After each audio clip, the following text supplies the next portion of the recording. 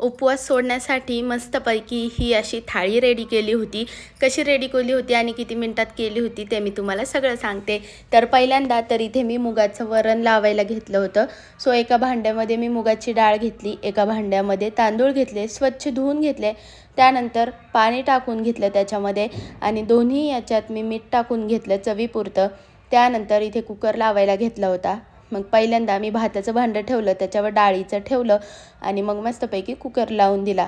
कुकरला मी 3 शिट्ट्या काढून घेतल्या। कुकर होत होता तोपर्यंत इकडे मी गव्हाचं पीठ मळायला घेतलं होतं। मस्तपैकी मीठ टाकून हळूहळू पाणी टाकून छान असं मऊसूत पीठ मी तयार करून घेतलं। मस्तपैकी तेल लावून थोडा वेळ ठेवून दिलं मऊ होण्यासाठी। त्यानंतर इकडे कुकर झाला होता, बघू शकता डाळ 3 शिट्ट्यांमध्ये छान शिजली होती। त्यानंतर भातही छान झाला होता। मग दोन्ही बाजूला काढून ठेवलं आणि मग एकीकडे भाजी आणि वरण करणार होते। तर पहिल्यांदा मटकीची भाजी तयार करायला घेतली। त्यासाठी कढईमध्ये जिरे, मोहरी, त्यानंतर लसूण टाकला, एकदम छोटासा एक कांदा चिरून टाकला। कांदा परतून झाल्यानंतर त्यात हळद, लाल तिखट, त्यानंतर आपला थोडासा किचन किंग मसाला आणि थोडासा काळा मसाला टाकला। सगळं मस्तपैकी मिक्स करून घेतलं, थोडंसं परतून घेतलं आणि त्यानंतर भिजत ठेवलेली मटकी त्याच्यामध्ये टाकली। मटकी मी आधी उकडून किंवा शिजवून नव्हती घेतली, मी अशीच शिजवणार होते। तर मग मस्तपैकी मिक्स करून घेतलं आणि मग त्याच्यात शिजण्यासाठी थोडंसं पाणी टाकलं, मीठ टाकलं आणि त्यानंतर मस्तपैकी उकळी आली होती। तोपर्यंत इकडे वरणाची पण तयारी करून घेतली होती, हिरवी मिरची, लसूण वगैरे सगळं। मग वरणाला फोडणी द्यायची होती, त्यासाठी पहिल्यांदा तर तेलामध्ये मोहरी टाकून घेतली, थोडेसे जिरे टाकले आणि मग लसूण परतायला टाकला।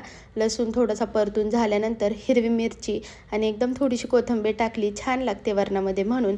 त्यानंतर हळद टाकली आणि आपण शिजवून जी डाळ घेतली होती ती मुगाची डाळही त्याच्यामध्ये मस्तपैकी टाकून दिली आणि मस्त तडका बसला होता। त्यानंतर आपल्याला हवं तेवढं पाणी टाकायचं आणि मस्तपैकी थोडीशी साखर टाकली 1 चमचा आणि मग थोडंसं मीठ टाकलं। डाळीत आधी पण मीठ टाकलं होतं, सो त्याच्यानुसारच टाकलं। मग दोन्ही होत होतं मस्तपैकी। शेवटी मी इथे शिरा करायला घेतला होता। मग कढईमध्ये तूप गरम केलं, त्याच्यामध्ये रवा टाकला भाजण्यासाठी। मस्तपैकी 5-10 मिनटं रवा आहे ना मस्त भाजून घेतला खरपूस। त्याच्यानंतर तो एका वाटीमध्ये काढून घेतला आणि मग त्याच कढईमध्ये परत 1 ग्लास पाणी टाकलं, 4-5 चमचे साखर टाकली, तूप टाकलं आणि मस्तपैकी साखर त्याच्यात विरघळून घेतली आणि उकळी आल्यानंतर त्यात मी भाजून घेतला होता तो रवा टाकला आणि मस्तपैकी पटापट मिक्स करून घेतलं।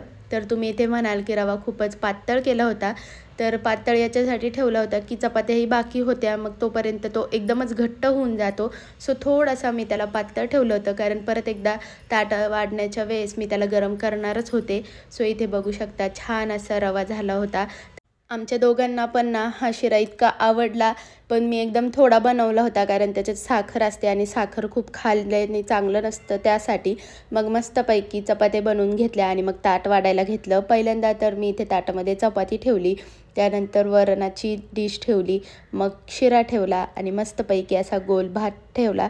त्याच्यानंतर मटकीची भाजी करून घेतली होती, ती शिजली होती, मग तीही वाढली। मग थोडंसं भातावर वरण टाकलं आणि मग वरणामध्ये आणि भातावर मस्तपैकी तूप घातलं। तर अशी रेडी झाली होती ही थाळी। तर ही थाळी तुम्ही नक्की बनवून बघा आणि कशी झाली ते कमेंटमध्ये नक्की सांगा। लाईक करा, शेअर करा, बाय बाय।